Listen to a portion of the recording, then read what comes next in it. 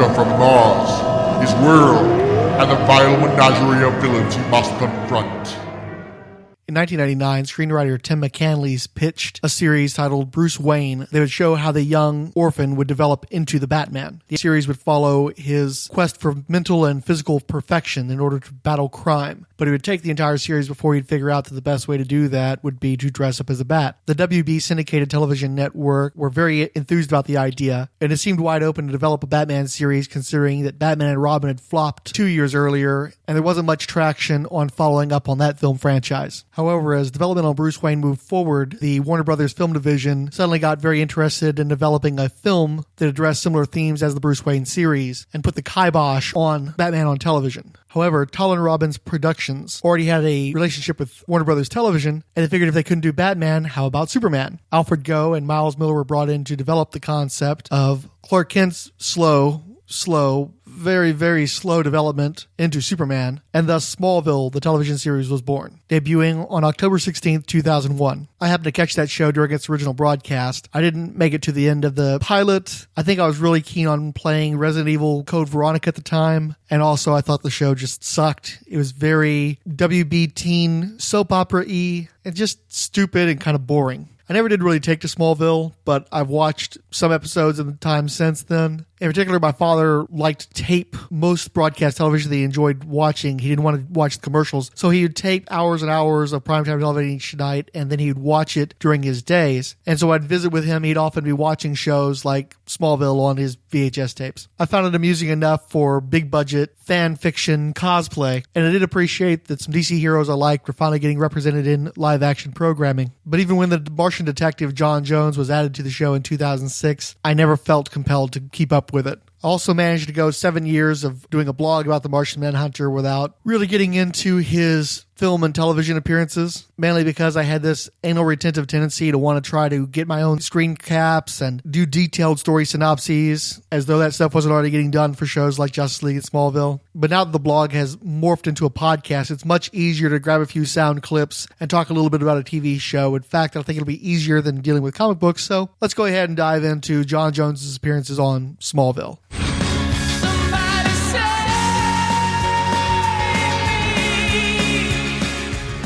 On November 16, 2006, John Jones made his debut before 4.7 million Americans in the Season 6 Smallville episode Static. Jones had actually made his live-action debut nearly a decade earlier in the failed pilot for the Justice League TV series, which had not aired in the United States, but was seen in other countries. At the end of Season 5, Clark Kent had been trapped by General Zod in the Phantom Zone. The Phantom Zone was constructed by Superman's father, Jor-El, as another dimensional prison for Kryptonian and other criminals. While in the zone, Clark Kent acquired the Crystal of El, a palm-sized blue crystal in the shape of the famous Superman S, which had a variety of powers, including the ability to send somebody to the Phantom Zone. Clark eventually escapes from the Phantom Zone back to Earth, but unfortunately a selection of zoners, criminals from the Phantom Zone, managed to come to Earth with him.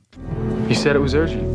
It is. A Taiwanese cargo ship was found off the coast of Alaska with its entire crew dead of unknown causes. The details are a bit murky, but the manifest says that its last stop was Bellona Island. Bellona Island? They got hit by a meteor the same day I escaped from the Phantom Zone.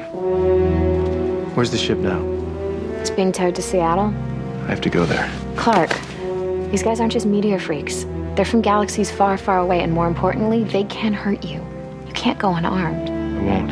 I have the crystal that Rye gave me. I'll use that against them. Once in Seattle, Clark Kent gained entry to a tent where a physician was attempting to do autopsies on the crewmen by pretending to be a first-year medical student. The crewmen's remains were kept in opaque white bags about the size of a potato sack. How many are there? A whole graveyard's worth.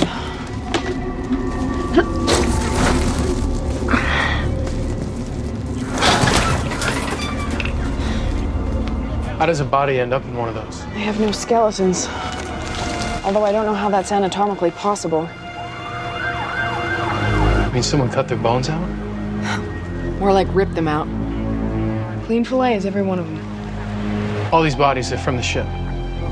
These last two, they were dock workers. Whoever was on that ship is on dry land now. The Zoner continues his killing streak. Who are you? Someone who's hungry.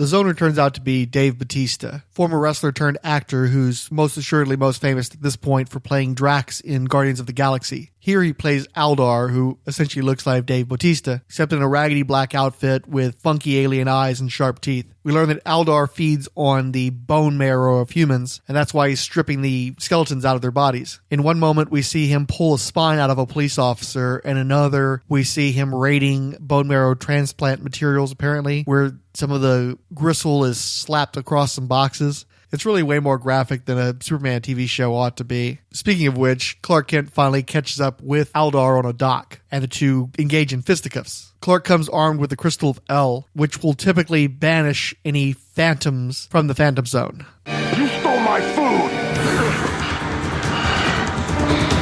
Nice try. Krypton man. You escaped from the Phantom Zone. But I'm no phantom. Aldar threw Clark Kent through the air into a crane, and by the time Kent came back down, Aldar was gone. Eventually at night, Kent finds Aldar in a warehouse. Just before the two are about to have their rematch, something streaks at super speed just outside of Clark's vision. Your blood must make you strong. I should taste it.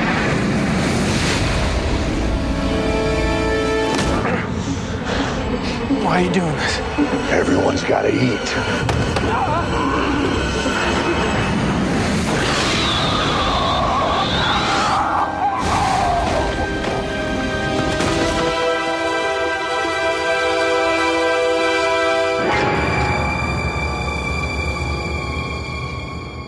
Aldar has Clark dead to rights, and just before he's about to break the Kryptonian's back, Aldar seizes in pain, screams, and drops dead on the floor. The impression of a human hand has been burned into his back, killing him. There's no immediate sign of Clark's benefactor, so the youth runs out of the warehouse onto a dock. En route, he steps on something that crunches underfoot. It turns out to be an Oreo cookie. Continuing on, Clark sees the silhouette of a man in the distance, bald-headed in a long coat.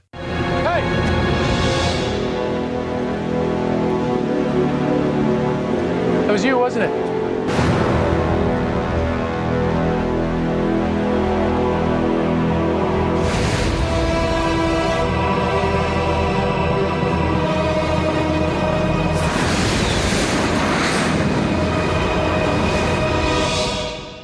The silhouette blinked and displayed red, luminescent eyes. Then the figure jumped up into the sky, the silhouette hovering within the confines of the moon in the distance, before flying away in a streak of red. Clark returns home to the Kent farm in Smallville. There he's visited by his friend Chloe Sullivan, reporter for the Daily Planet. So what, your cell phone doesn't get reception in Seattle?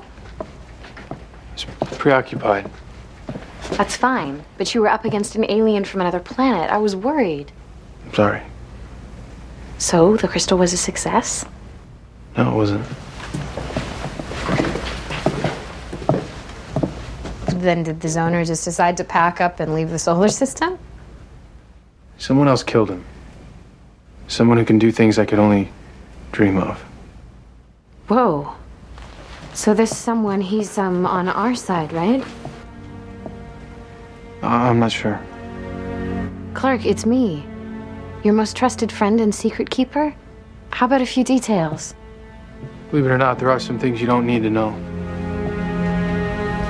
Look, I understand that you feel like all these psychopathic space invaders are your fault, but you can't keep it all inside. You feel the need to carry the world on your shoulders, and that's noble. But there are other people out there who want to help you fight the good fight, and you need to let them in.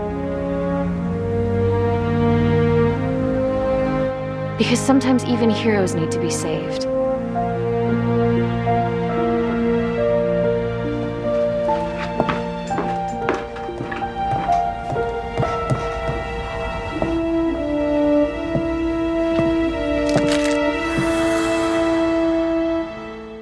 Clark had stepped on an Oreo cookie, which he once again held up to the light so that the logo was clearly visible. No chocos for Smallville when you can get a product placement instead. That Oreo revealed that the shadowy figure that had saved Clark now had followed him home and knew where he lived. Bum, bum, bum. The cookie bit is pretty dorky and was clearly there for the comic book fans, but it did the job that it was meant to. It got people excited about the prospect of the Martian Manhunter showing up on the show. And it's a pretty darn cool cameo. It's a shame the actor went uncredited.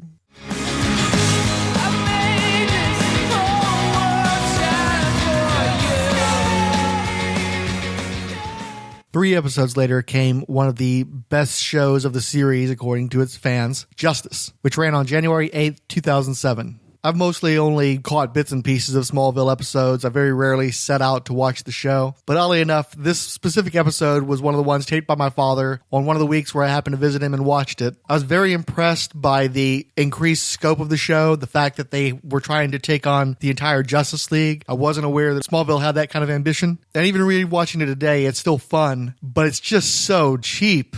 I'm actually kind of impressed by how artfully cheap the show is, because it manages to tease out the Justice League for pretty much the entire episode. You get a few scenes of super speed, one of the easiest special effects you can have on a TV show, as Clark Kent is reunited with Bart Allen, Impulse, who served as the Flash for the show. And then there's a bunch of canned 3D graphics that they recycle over and over again throughout the series. And there's a lot of them on familiar sets talking about extravagant things like racing to Mexico for lunch, but you don't actually get to see those things. They just talk about them. There's a lot of interaction between characters that you know are superheroes, but they just don't happen to be in superhero costumes and they're not doing superhero type stuff. They're just talking about it. It's sort of like how in Reservoir Dogs, you never see Mr. White cut the policeman's ear off because they tried to shoot that sequence and the effects didn't work very well, so they just cut away and you hear sound effects. And so you think you've seen this horrible image, but really it's just what you've conjured in your imagination. And Smallville has managed to do that in the superhero form. You think you've seen some fantastic stuff in this episode when really not a hell of a lot actually happens, just like in most episodes of Smallville. Anyway, this was a season where they introduced Green Arrow, and realizing that they were never going to be able to get the rights to have Batman on television for Smallville, turned Green Arrow into an ersatz Batman, which is pretty much what he was created to be anyway, so it was actually a return to form for that character. This worked out well for him across all media because they reinvested in the spare Batman philosophy of writing Green Arrow in the comics, and the comics have done fairly well in recent years. And of course, they had the spin-off show Arrow, and the template for that show is clearly on Smallville, just with a bigger, hunkier actor and a greater fidelity to the Batman aesthetic of Christopher Nolan, as opposed to the more Joel Schumacher-esque qualities of Smallville. Now, in this episode, you're seeing that Oliver Queen and Lois Lane have been in a relationship, which to me, as a guy who saw this episode randomly and isolated, made me assume that this was something that had been going on for a long period of time. But I look at the season synopsis and I realize that if Oliver Queen was introduced in this season, didn't appear in every episode of the season, and this is already the midpoint, what are we talking about, a 6-episode relationship maybe? But it seemingly ends with this episode because Oliver Queen has too much going on with his life to spend time with Lois Lane. But it's a good way to tease fans who expect Clark and Lois to get together, and it hadn't happened yet by this point. And again, a good chunk of the episode involving the Justice League is spent with Oliver Queen and Lois Lane talking about the relationship problems on the same sets that are used in every episode, or Lionel Luthor and Lex Luthor talking about break-ins at various Luthor Corp facilities where they've been holding superhumans hostage so they can experiment on them and create their own superhuman army, but they're talking about doing it. You don't actually get to see any of those captives. You don't get to see break-ins. You don't even get to see any but one of the facilities. So Roger Corman would be proud. Also, there are a lot of insinuations of sexuality and violence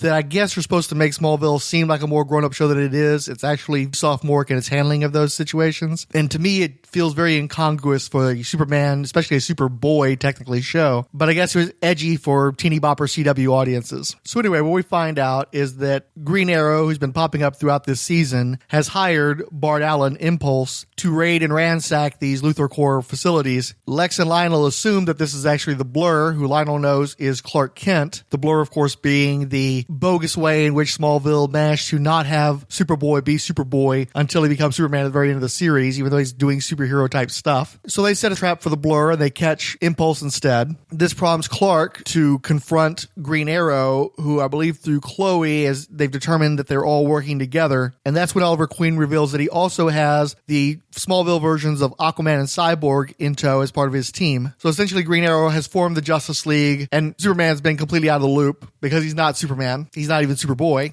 It's a long-standing criticism of the series. By the way, with this show, I assume that most people who bother to listen to a Martian-less podcast are going to have a functional knowledge of DC Comics. But I keep referring to Chloe, and Chloe doesn't, for the most part, exist in the comics. So just to clarify, Chloe Sullivan was created for the Smallville TV show, really out of the best aspects of Lana Lang and Lois Lane from the comics. She's a childhood friend of Clark Kent's, who is his confidant, who knows all of his secrets, and helps him on his adventures. She's a reporter for the Smallville school newspaper, and eventually graduates to becoming a reporter for the Daily Planet in Metropolis, at least for a while. Mr. Queen, it's Chloe Sullivan. Clark sent me?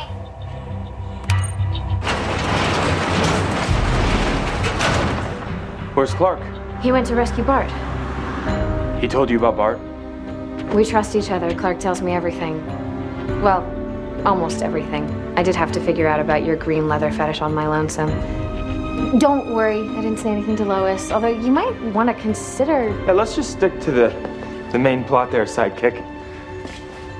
So what do you got? Clark Kent goes off to investigate one of these Luthor Corp plants, and he stumbles upon a room full of kryptonite, falls to the floor, and is completely passive and worthless for a good chunk of the episode, which was apparently a recurring problem with this series. Meanwhile, his best friend, reporter Chloe, uses Oliver Queen's technology to help guide the group throughout this compound to save both Impulse and now Clark Kent, and she essentially becomes a proxy Oracle, a major character in the DC Comics, and an identity formed by Batgirl after she'd been crippled by the Joker and wanted to continue to participate in superhero adventures despite her becoming paraplegic. Once again, this pseudo-Oracle was ported over to the Arrow series when it got started via the supporting character and sometimes girlfriend Felicity Smoke. Green Arrow takes the lead. He takes out a bunch of the guards of this facility with his cool trick arrows, and he makes Superman look like a chump with trick arrows. So we say Clark Kent, definitely not Superman. While Cyborg gathers all the information he can on Lex Luthor's secret superhuman project, 33.1, and I think Aquaman does some stuff as well.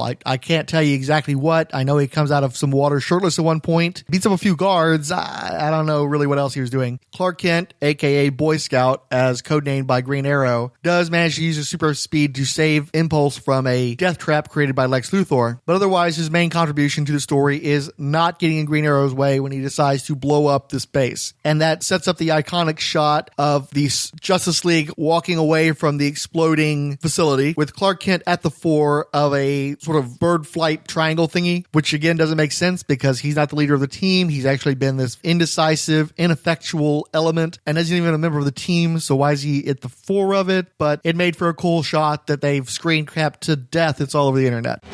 Watchtower, are you sure everyone's out of the building? 100% positive.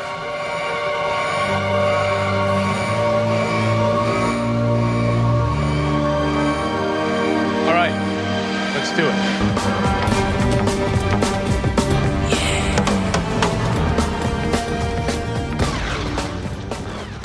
And it's funny too because this is a great big green screen explosion. And the great thing about explosives is they're relatively cheap. So any production at any level can afford to have some. And it makes it look like something really major's happened when really it's just, hey, look, some fire and some guys in some terrible costumes that are sort of like converted streetwear, just the laziest cosplay you've ever seen. But hey, the television's finally got their live action Justice League that they were denied back in 97. But see, Martian Manhunter isn't a part of this team. But I'm glad at least he shows up in the very next episode following, Labyrinth.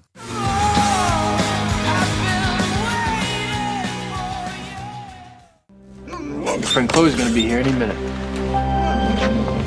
Any minute. Thanks for your help, buddy. What's wrong, boy? You see something I know?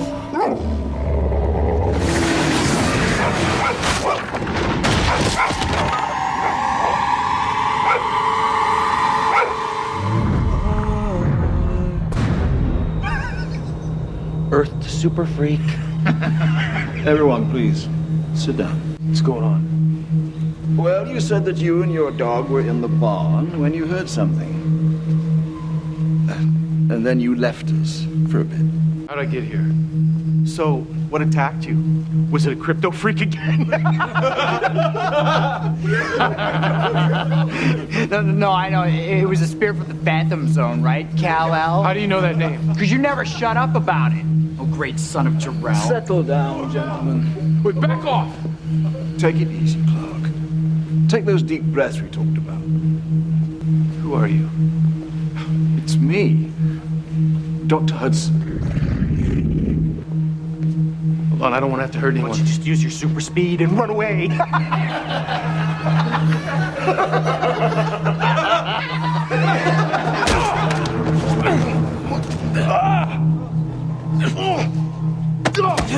Why are you doing this to me? What do you want? What's happening? Let me go! Someone! Why am I here? This is 33.1. It's Lex.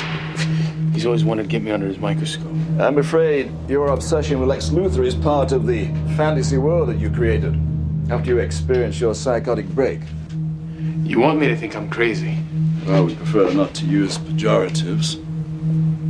You suffer from paranoid schizophrenia. You're sick. And your condition is getting worse.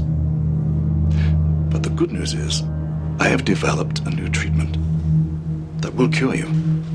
For the last 5.5 years, you've been a resident of the Fairview Psychiatric Hospital. Don't hide that pill under your tongue. Swallow it. You're not crazy, Kal-El.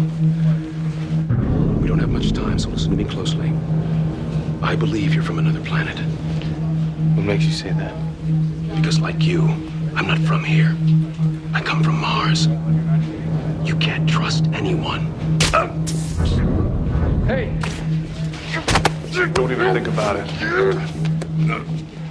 At the urging of fellow inmate John, Clark Kent breaks loose of the asylum and begins a not-so-wonderful life journey, a bit of a mashup of 12 Monkeys and the Butterfly Effect, including at least one scene of a guy who has stubs where his legs used to be. Not as hilarious as Ashton Kutcher's, but not bad. And one of the nice things for me as a guy who doesn't normally watch the show is that by having Clark go to familiar surroundings that aren't what they're supposed to be in this delusional state, I'm introduced to it. Like, for instance, I didn't realize that stock shot of a sign that says Talon meant that everybody hung out in a coffee shop that was a refurbished old movie theater and that Chloe lived in the apartment above the coffee shop. It's just ironic to me that Clark's confusion actually helps clear some things up for me. Another thing that's interesting is that in this delusional state, Clark is so much more proactive than he ever is, but at the end of the day, he still ends up giving himself up and going back to the asylum, submitting to the procedure. That's my Superman.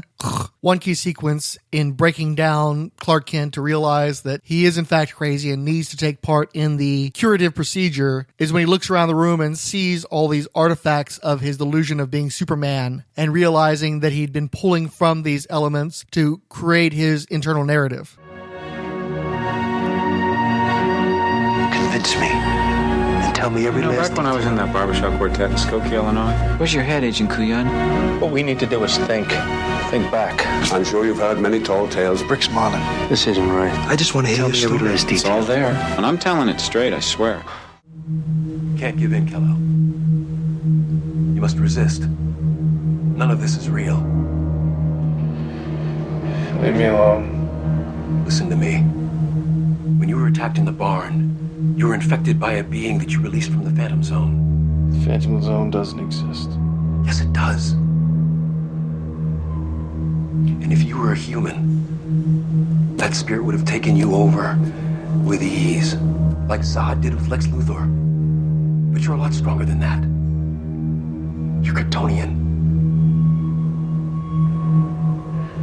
You're a patient in a mental hospital. You're just as crazy as I am. If you give in to Hudson and undergo this treatment, the entity will gain control of your body with all its powers and unite the other fugitives from the Phantom Zone.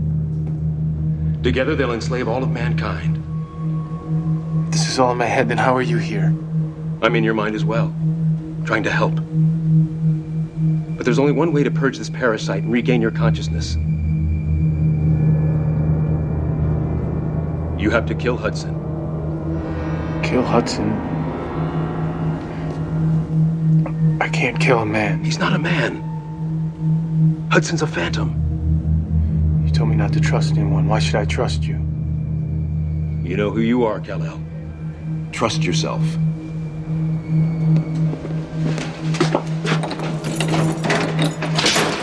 It isn't our little visitor from Mars. Look within. Believe in yourself. The future of mankind depends on it.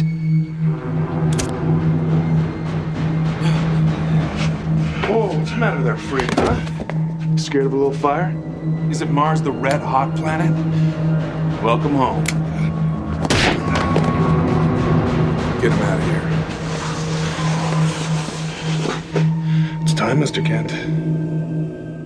It's Lana Lang that ultimately convinces Clark to undergo the procedure, and her disappearance during that procedure that first clues in Clark that perhaps he isn't delusional after all. Further, he begins to hear barking and realizes that he's still in the barn with Shelby the dog. He fights off the orderlies and kills the doctor, which is revealed to be an alien phantom. Clark wakes up in the barn, where John Jones is holding a red jewel above his form and drawing the phantom into it. Seeing the shipment makes me wonder if maybe that's what John Jones was wearing during the Brightest Day miniseries. My assumption is that it was inspired by this story. Get out of my mind!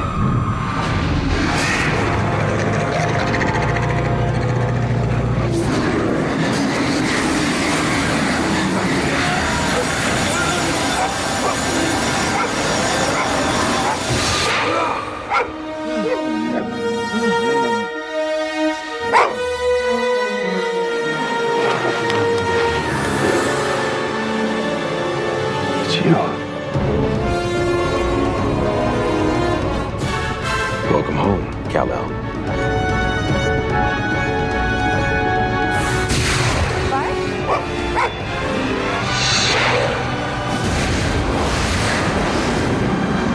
Clark, are you all right? Kal-El recognizes John Jones as his savior in his conflict with Andar. But as predicted at the very beginning of the episode, Chloe pulls up and John streaks out at super speed, then flies away as a red streak, which looks cool, but it kind of bugs me because if it were a blue streak or a purple streak, that'd be a little bit more Martian Manhunter-y, but I suppose that's nitpicking. I actually like this episode of Smallville. It's better than most that I've watched. I tend to get a kick out of the darkest timeline trope in general, but I can't deny that I'm a bit disappointed at how little John Jones has to do in the show. There's actually a deleted scene that you can find on YouTube or on the season 6 DVD set that runs about 2.5 minutes that gives a lot more information on John Jones than had been in the series so far. It confirmed that he was the alien from the Static episode through his appearance at Clark's loft and his holding up an Oreo cookie like he was a diamond or something. He tells his origin. He tells of his mission to help Kal-El. It's exactly what I was going to ask. Telepathy is one of my many abilities, Kal-El. How do you know my name? I know a lot more about you than that. When the meteors descended upon Smallville, I knew Krypton was gone. From that day on, I've been watching over you like I promised Jor-El. My father never told me I had a guardian angel. Oh, I'm no angel. But I've kept an eye on you from afar. Jor-El preferred it that way. But when the spirits and corporeal beings escaped the Phantom Zone, I was forced to clean up your mess. I never asked for your help. But you needed it. Or have you forgotten I had to save your life? Twice. I dealt with these phantoms when I was a bounty hunter. I know how powerful they can be. And there's one still out there who poses the greatest threat you've ever encountered. I've already defeated Zod. The enemy I speak of makes Zod look like child's play. I can't fight these fugitives alone. I don't have your powers. I'm doing the best I can. It's not good enough. You're too preoccupied with living the life of a human. When are you going to realize that they're never going to accept you as one of their own? You don't know what you're talking about. We're not that different, Kal-El. But I've been on this planet a lot longer than you, and have a better understanding of this race. The humans are terrified of what they don't know. And sadly, you and I happen to fall into that category. I have family and friends who would prove you wrong. But they're making you weak. No matter how hard you try, you'll never be human. It's time to accept the fact you're an alien. I initially wasn't going to cover the deleted scene in this episode because I assumed they would just be repurposed further on in the series when John Jones was reintroduced. But having seen his return in the season finale episode Phantom 10 episodes later, the character is given severe short shrift in the actual series by comparison with this material. His origins are not touched on at all in that episode, and his personality, motivations, and mission are substantially changed. I actually really like how adversarial John Jones is here. This is a guy who seems to be fulfilling some sense of duty to Jor-El, but doesn't seem to particularly like Kal-El, and calls him out on some issues that had plagued the series. And in the later episode, it's stated that John Jones worked for Jor-El rather than with him, which is a bit grating for me as a Martian Manhunter fan. The notion of John Jones as a bounty hunter is interesting as well because it's a very different take on the character from a person motivated by a sense of responsibility to protect and serve, like a police officer, which is the role that John Jones usually has. A bounty hunter is much more mercenary, much less restricted by law. And with his attitude, with his look, his flashy purple coat, he actually reminds me a great deal of the minor supporting character Glenn Gameron, who had a run toward the end of Justice League Task Force, playing a similar role, except that he was the one talking smack to John Jones. So I'm curious to see if this interpretation of the character will continue through the series. I do have to commend Phil Morris, too, because that is some clunky, stilted dialogue that he managed to deliver with such gravitas that makes me really enjoy the character, and he very much stands out from the other CW actors. My understanding is that Phil Morris had to keep auditioning for this role over and over again, which is fairly uncommon for television, and especially for the CW. My suspicion is the CW probably wanted a younger actor. At the time of this production, Phil Morris was well into his 40s, which is a good 10 to 15 years past the CW's typical casting, but he was just so good in the role that they couldn't deny him this part. Your ego betrays you. Will you not listen to reason?